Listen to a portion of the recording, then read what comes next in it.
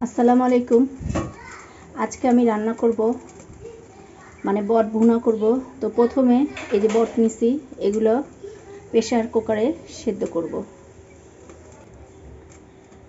এখন আমি দিয়ে দেব অল্প তেল। তেলটা বেশি দেব না, কারণ ভুনা করতে গেলে অনেক তেল লাগে। সেদ্ধর সময় অল্প তেল দেব, পরে আমি পেঁয়াজ দিয়ে এটাকে ঠিক করব, তখন তেল দেব। তো দেব মরিচ,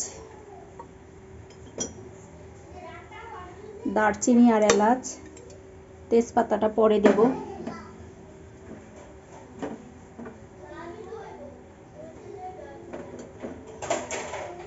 লবণ,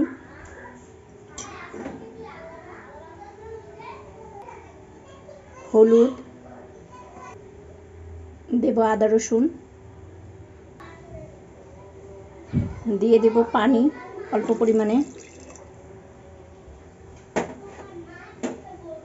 এরপর একটু নাড়াচাড়া করে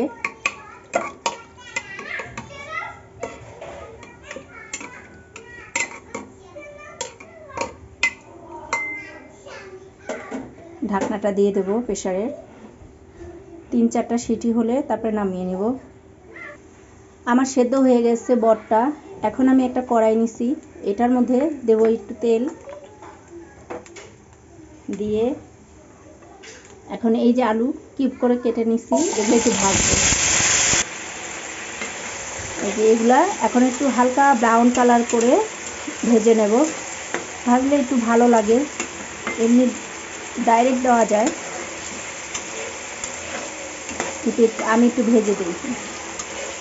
এইভাবে করে ভাজলে একটু বাদামি কালার হবে, তারপরে আমি ওটা বাগার দেব। আমার আলুটা ভাজা হয়ে গেছে, এই যে ভেজে রাখছি। এখন দেব পেঁয়াজ। আমি এবার এটা বাগার দেব। পেঁয়াজ দিয়ে দেব, দিয়ে দেবো দুটো তেজপাতা। এরপরে দেব তেল। তেলটা একটু বেশি করে দিতে হবে, কারণ তখন আমি অল্প তেল দিছি। এখন এটা পেঁয়াজটা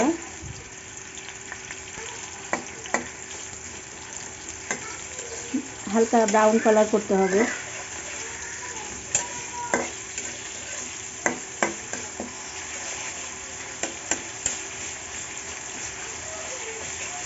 সব কিছু একসাথে দিয়ে এক রকমের টেস্ট, আর এভাবে করে দিয়ে এটাও আরেক রকমের টেস্ট।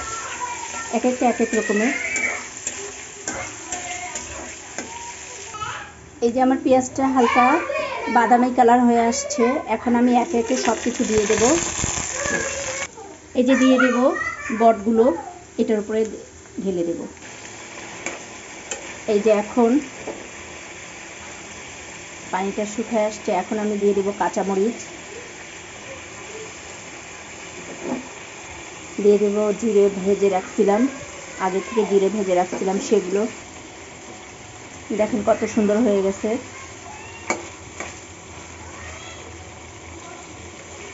এটাকে এখন যত ভাজা ভাজা করবে তত মজা। যেমন খেতে ভালো লাগে তেমন কষ্টও আছে। ভাজা ভাজা করতে হবে।